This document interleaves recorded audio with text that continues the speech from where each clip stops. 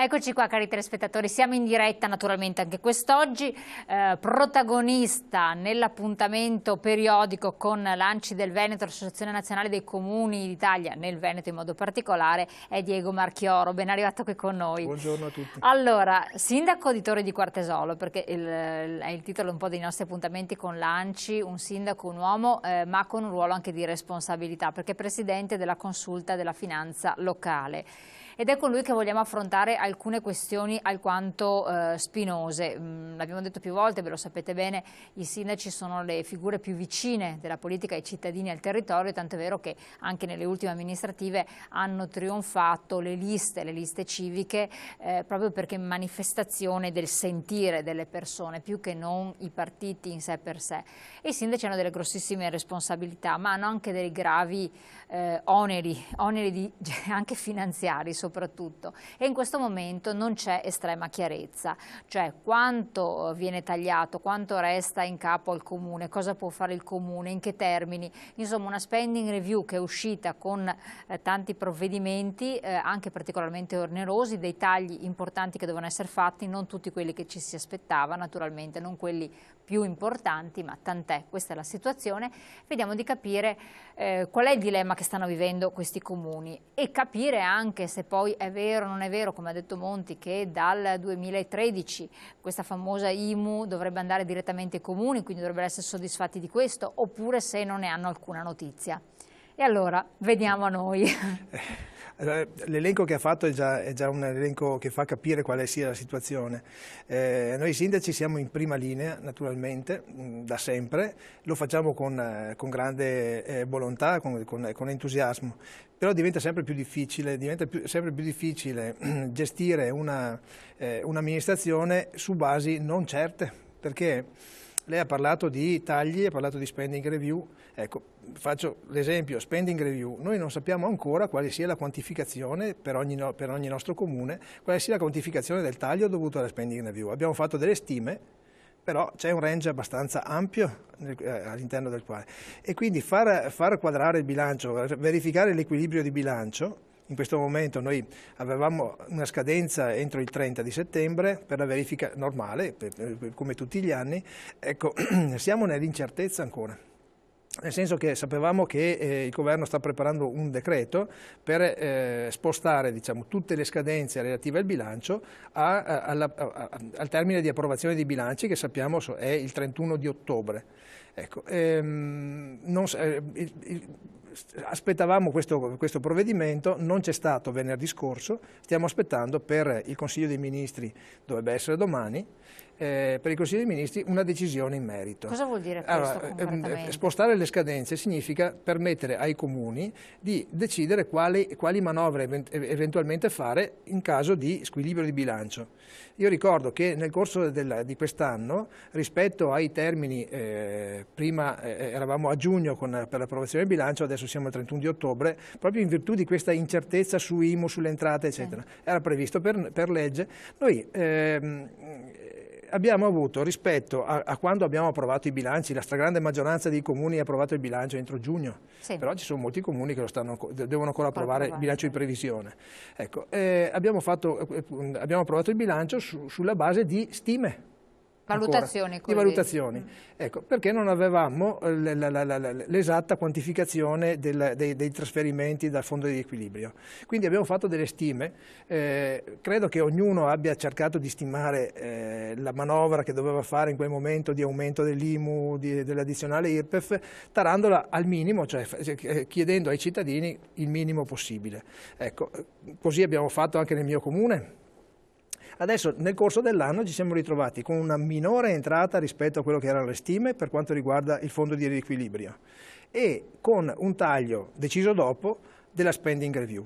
Cosa significa? Significa che a questo punto molti comuni si ritroveranno a dover riequilibrare il bilancio e quindi dover andare a chiedere ancora ai cittadini un altro sforzo. Questo ci mette come sindaci in una posizione insostenibile, perché i cittadini ormai sono estremamente stanchi di prelievi. Abbiamo visto aumenti per l'energia elettrica, cioè le bollette, ecco, e sono una delle voci che hanno messo in difficoltà anche i comuni, perché abbiamo avuto conguagli e aumenti che non erano previsti prima. E in questo momento siamo in difficoltà anche per queste cose. Per cui ecco, noi siamo in una situazione di incertezza, è chiaro che stiamo aspettando dal governo per l'anno prossimo che questa promessa che l'IMU rimanga solo una tassa comunale e non divisa con lo Stato sia una promessa che riescono a mantenere. Già sarebbe una chiarificazione dei rapporti fra noi e i cittadini. Ecco, cos'è che vengono normalmente a chiedere i cittadini alle porte dei sindaci e che cosa voi non riuscite a garantire più?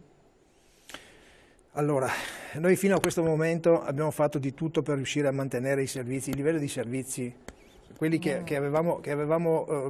quali avevamo abituato i nostri cittadini, di mantenere più o meno allo stesso livello. È chiaro che abbiamo chiesto qualcosa di più quest'anno per mantenere il livello dei servizi.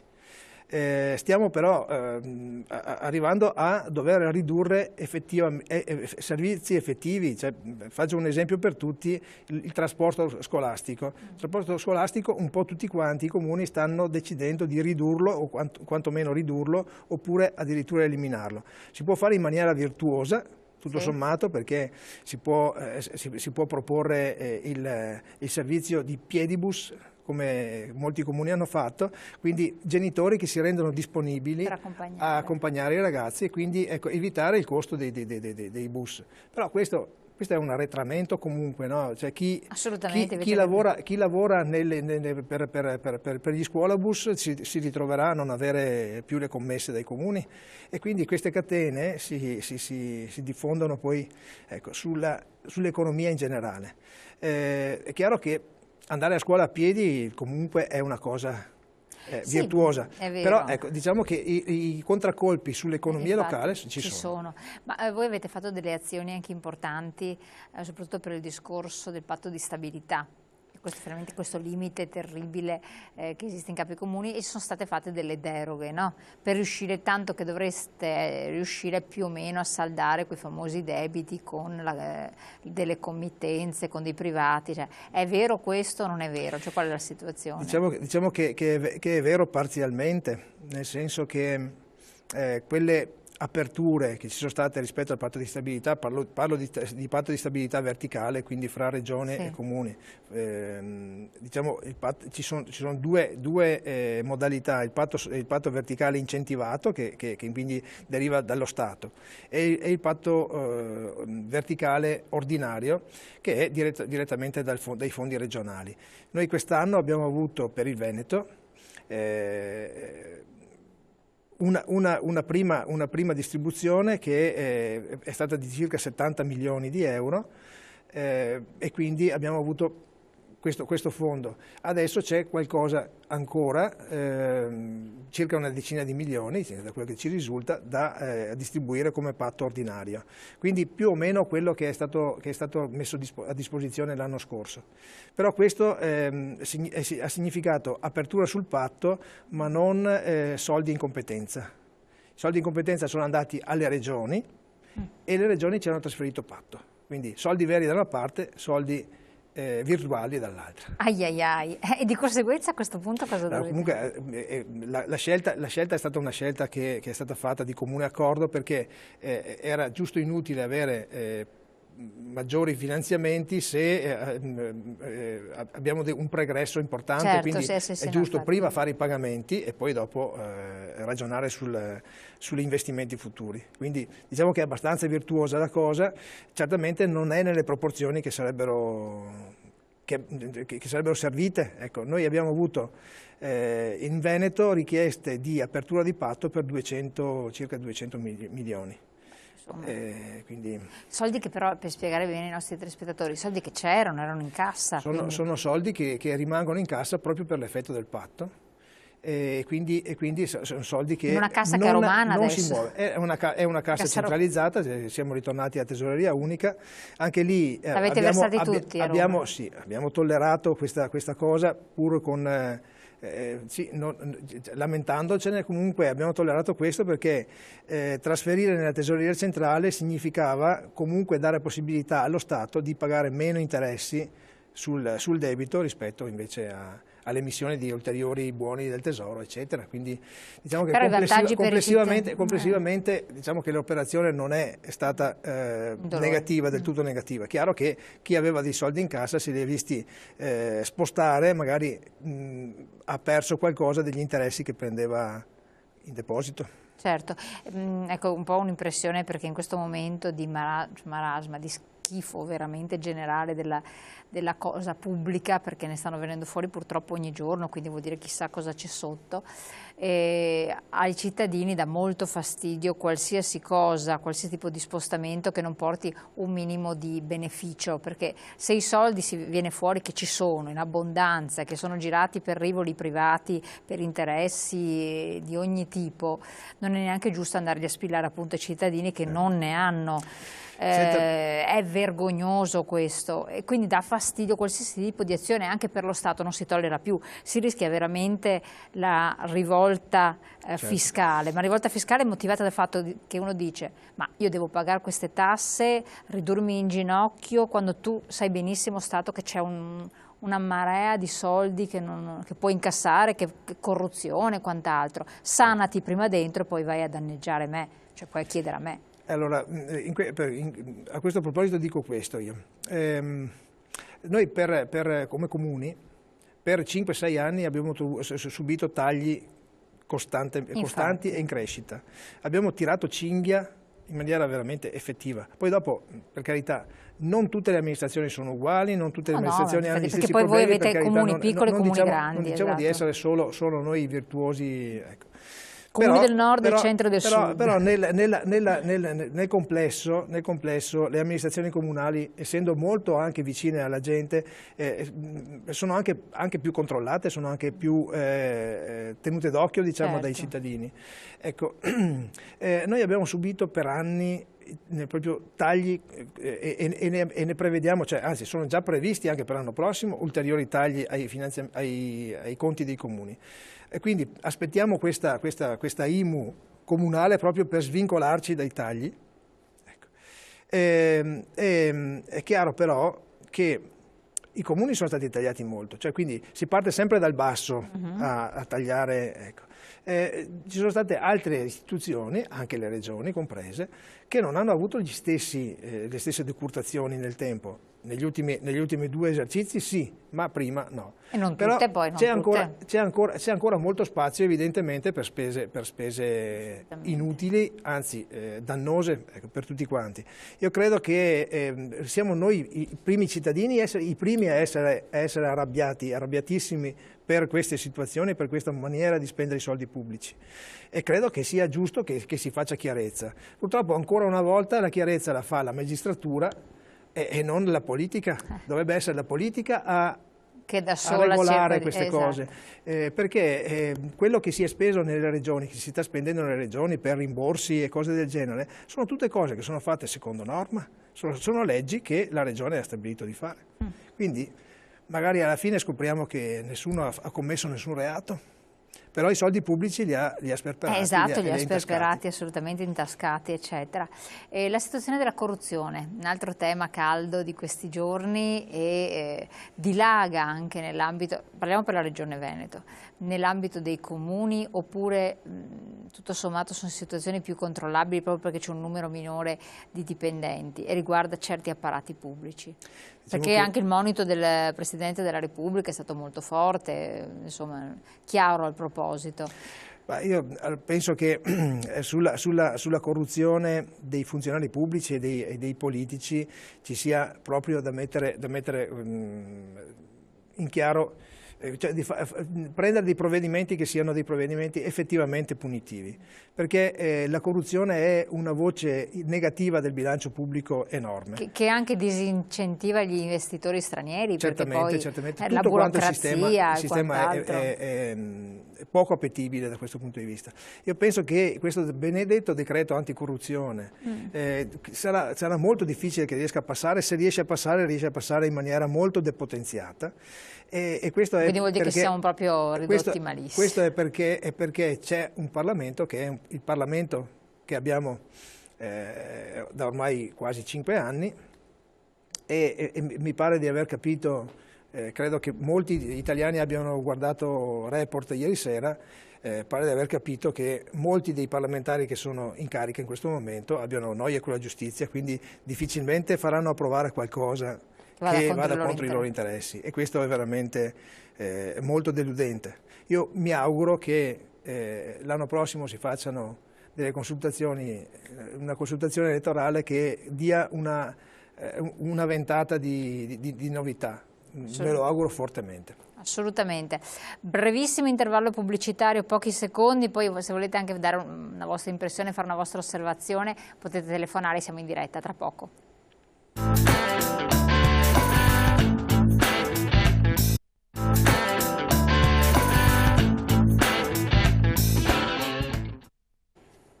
Allora, riprendiamo un po' il discorso del far quadrare i bilanci, perché questo è molto importante e perché poi va a giocare direttamente nelle tasche dei cittadini, quindi è una cosa estremamente importante perché i comuni erogano quei servizi primari, fondamentali, senza i quali la qualità della vita viene meno.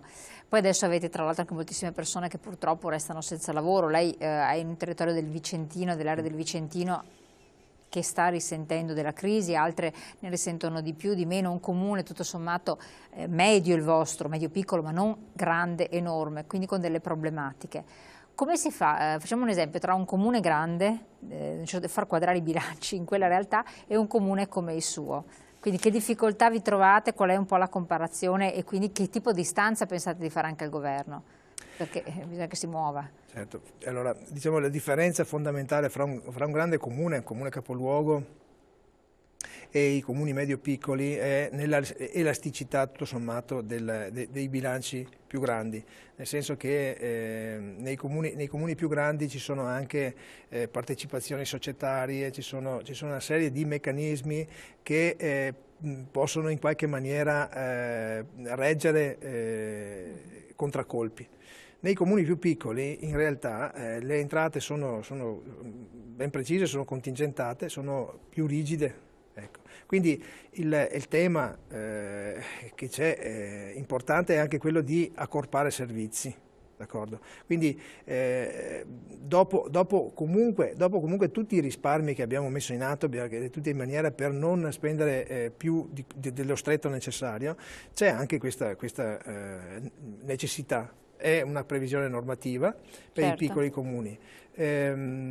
Per i comuni al di sopra dei 5.000 abitanti non è un obbligo, ma credo che debba diventare una forma mentis. Anzi, noi in varie occasioni stiamo facendo anche, magari senza questa ufficializzazione dell'accorpamento dei servizi, ma stiamo lavorando in squadra. I sindaci devono agire, vediamo un po' se la regia mi rimette in onda il messaggio. Il sindaco adesso solamente cortesemente anche nel monitor, così a favore suo, così lei riesce anche lei a leggere il messaggio. Devono tagliare i soldi a Roma, unitevi e trovate soluzioni, quello che va giù non torna più su, basta pagare per arricchire ladri autolegalizzati. I sindaci devono tagliare i soldi a Roma. Sì, ecco, qui diciamo che l'istanza è anche giusta, diciamo, però noi non abbiamo certamente i mezzi normativi per realizzare questa cosa. Noi portiamo avanti le nostre azioni, le portiamo avanti all'interno dell'ANCI, sia regionale che nazionale. Abbiamo anche ottenuto alcune modifiche rispetto alle previsioni normative, però purtroppo poca cosa.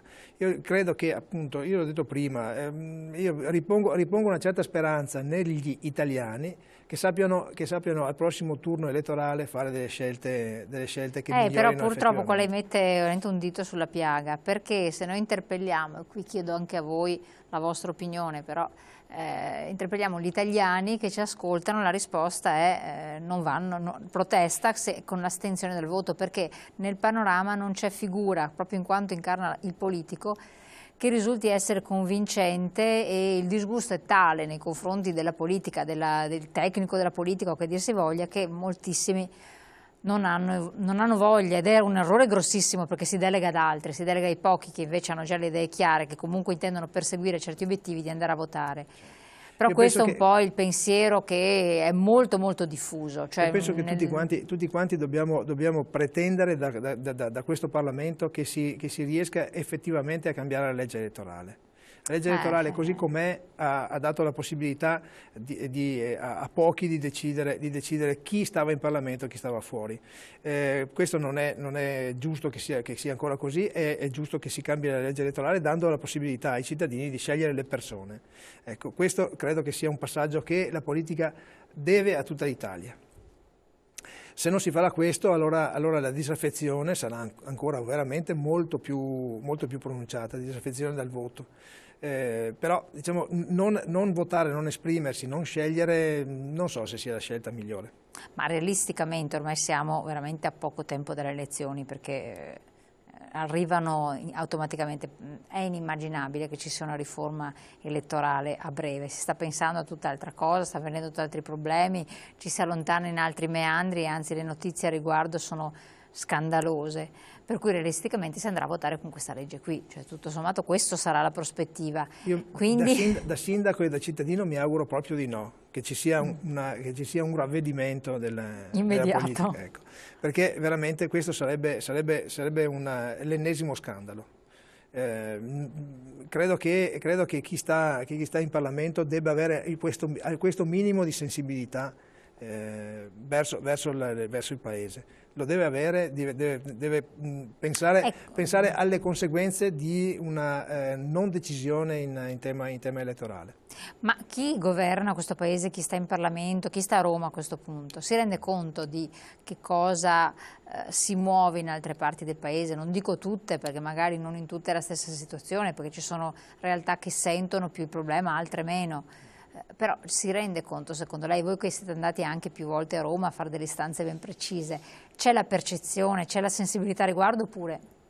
Allora, se siamo in un Parlamento come siamo in un Parlamento di nominati e non di eletti, la distanza fra cittadini e politici si è rapidamente ampliata. Proprio sembrerebbe impossibile, ma questo meccanismo è un meccanismo assolutamente diabolico.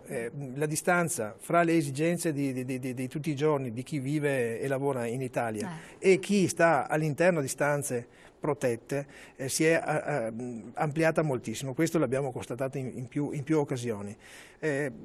Comunque continuo a sperare, continuo a pensare che ci possa essere qualche scelta da fare che aiuti veramente questo Paese a venirne fuori, insomma, da questa situazione. Quindi a questo punto lei è positivo al riguardo?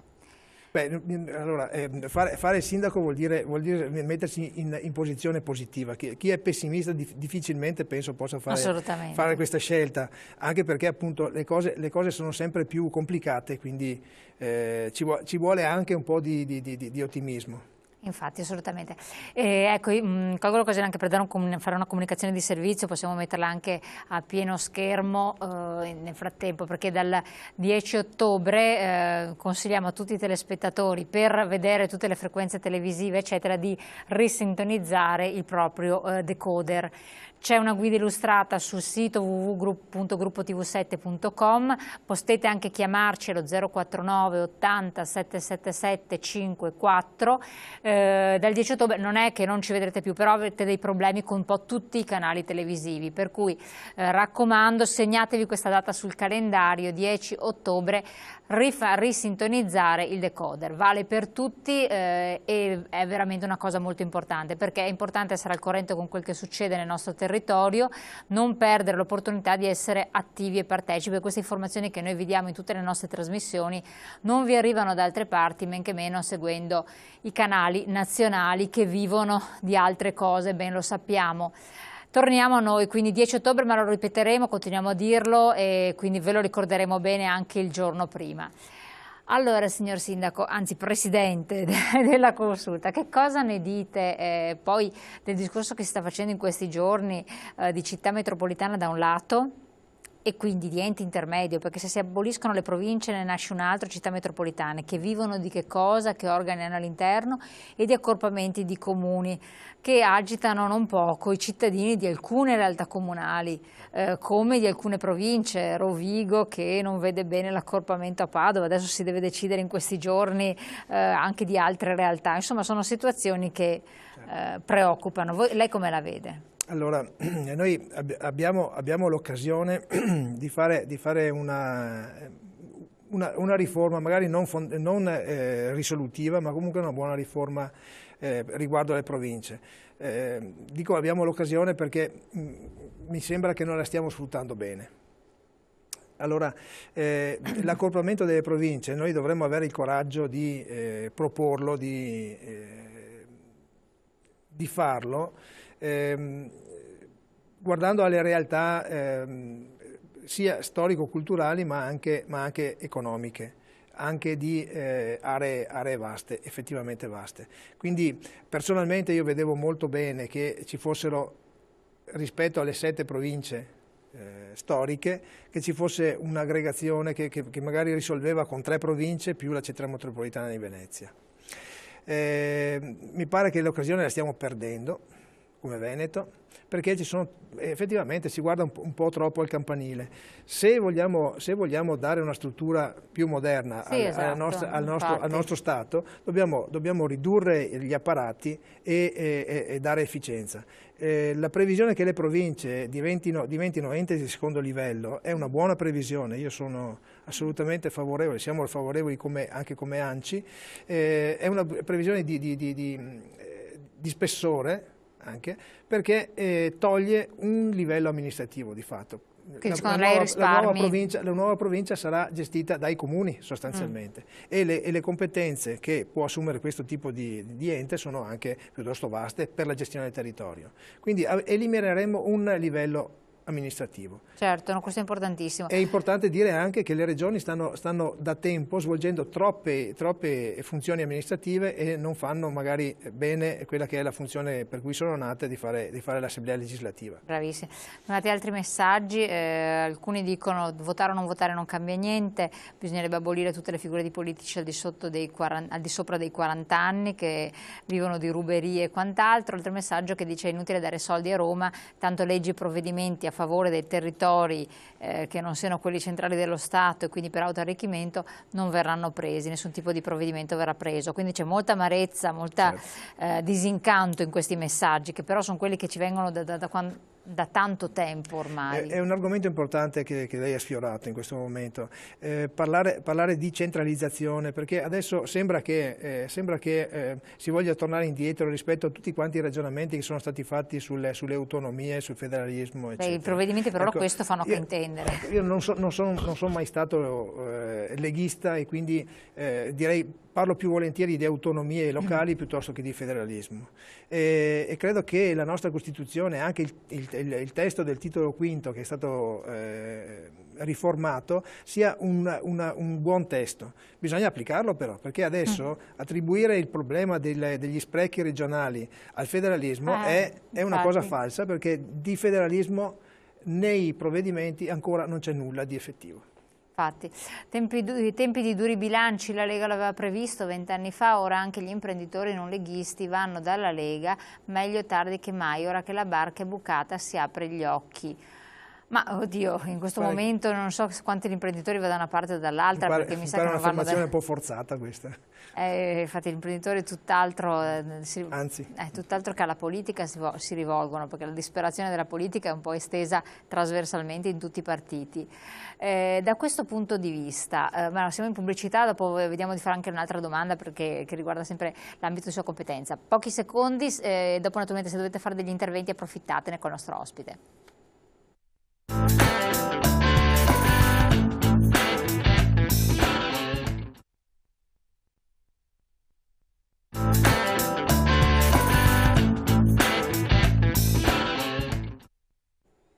Allora, cogliamo l'istanza di alcuni nostri telespettatori che chiamano per casi specifici, quindi noi non diamo la soluzione per il caso specifico individuale, che poi è anche particolare, però diciamo qual è la procedura, signor Sindaco, per poter ottenere un aiuto. Chi non ha soldi per pagare le bollette, è rimasto senza lavoro, ha una situazione di disagio economico enorme, disagio magari anche sociale. Cosa deve fare questi cittadini, soprattutto magari se non sono nei piccoli comuni dove puoi andare dal sindaco e parlarci direttamente, ma in realtà più grandi, più importanti? Cosa fare? Qual è la procedura? Allora, beh, e poi se voi come comuni vi siete organizzati in qualche modo? Certo. Allora, niente di complicato. Allora, giusto, nei piccoli comuni si chiede un colloquio al sindaco oppure si ferma per la strada e gli si chiede qualcosa. Però diciamo tutti i comuni hanno gli uffici dell'assistenza sociale e quindi ci si può rivolgere direttamente a questi uffici. Chi ha difficoltà effettivamente riscontrabili, verificabili, diciamo, normalmente riesce a ottenere qualche aiuto. Certamente non abbiamo possibilità di risolvere tutti i problemi, però insomma, se ci sono situazioni particolari, casi veramente di difficoltà economiche, l'assistenza sociale dei comuni può intervenire. Ecco. Può intervenire sia con contributi a spot temporanei, sia ci si propone adesso anche di migliorare questo tipo di risposta. È chiaro comunque le competenze per quanto riguarda il lavoro sono della provincia e della regione. I comuni non hanno competenze, deleghe specifiche, però insomma siamo sul territorio, riscontriamo la difficoltà dei nostri cittadini e non possiamo certamente rimanere inerti. Allora, per quanto riguarda il lavoro, faccio un esempio che è di recentissima istituzione. Vicenza e i comuni contermini la settimana scorsa, a fine settimana, abbiamo sottoscritto insieme un protocollo d'intesa che tende a mettere in rete un po' tutti quanti i servizi per il lavoro che sono sparsi. Ecco, parliamo di centri per l'impiego piuttosto che iniziative della Camera di Commercio, la provincia direttamente, eccetera. Ecco, pur rimanendo appunto in capo a provincia e regione queste competenze, noi ci siamo chiesti cosa possiamo fare non solamente a livello locale, artigianale, diciamo. Ci siamo chiesti se non sia il caso proprio di mettere insieme i servizi, mettere insieme le risorse per questa cosa. Quindi la risposta che pensiamo di dare è questa. Noi abbiamo messo insieme sia la provincia e il centro per l'impiego, sia la Camera di Commercio, sia anche i consulenti del lavoro, i cacciatori di teste, fra virgolette, insomma, chi fa selezione del personale. Ecco, tutte queste risorse abbiamo cercato di fare in modo di metterle a disposizione, chiaramente coordinate fra di loro, in maniera che per ogni esigenza che si manifesta si possa indirizzare il cittadino dove serve. Ecco, se serve una riqualificazione professionale per chi ha perso il posto di lavoro, facciamo. Ma funziona questo? È già operativo? Non è ancora operativo del tutto. Noi abbiamo dato questa partenza. Nelle prossime settimane questo servizio potrà essere attivato. Quindi chiamare chi? Ripetiamolo. Diciamo che si rivolge sempre comunque al proprio comune, ai servizi sociali, e chiedere questo tipo di aiuto e di supporto. È un modo per dare risposte adeguate un po' alle varie esigenze. Quindi indirizzando nel posto giusto chi manifesta un'esigenza precisa. Ci sono anche i giovani che sono in cerca di lavoro. Certo. Con i cacciatori di teste, chiamiamo così, comunque insomma sono quelle aziende che fanno selezione del personale, abbiamo concordato di fare un servizio per i giovani che sono in cerca di lavoro per imparare ad andare a cercarsi un lavoro, nel senso che cercare un lavoro oggi è diventato un lavoro. E quindi c'è bisogno di sapere come presentarsi, c'è bisogno di sapere come presentare un curriculum, c'è bisogno di sapere anche come proporsi alle aziende, quindi facciamo anche questo lavoro, cioè, diciamo, insegniamo ai giovani come fare per essere più efficaci nella richiesta di lavoro. Assolutamente, questo è molto molto importante, quindi queste sono un po' le informazioni. Dopo i casi singoli bisogna che li spiegate direttamente agli uffici interessati, agli sportelli interessati, quindi questo è altrettanto. Il prossimo passo che fate come ANCI cosa sarà? La prossima azione. La prossima azione, noi vediamo che sono in preparazione naturalmente le norme, le leggi, la legge di stabilità, eccetera. Per cui dobbiamo assolutamente tenere la barra sulla richiesta di autonomia. Ritorno sul discorso di prima. Le autonomie sono previste, sono normate in Costituzione, bisogna renderle effettive. Non bisogna aver paura di distribuire responsabilità sul territorio. La responsabilità significa, cioè, l'autonomia significa anche responsabilità. La responsabilità può dare una marcia in più a tutto il Paese e non una marcia in meno. Se si vuole ricentralizzare tutto, si sta prendendo la direzione sbagliata. Perfetto, siamo arrivati al termine. Ringraziamo anche i nostri telespettatori di averci iscritto, stanno arrivando ancora messaggi. Grazie a lei di aver partecipato. Grazie. Naturalmente noi continuiamo con i nostri appuntamenti periodici dell'ANCI, quindi dei comuni del Veneto, per darvi l'aggiornamento sul territorio, cosa si sta muovendo, cosa si sta facendo per i comuni, ma soprattutto poi direttamente per tutti quanti noi cittadini. Grazie ancora e ci vediamo presto. Grazie a voi.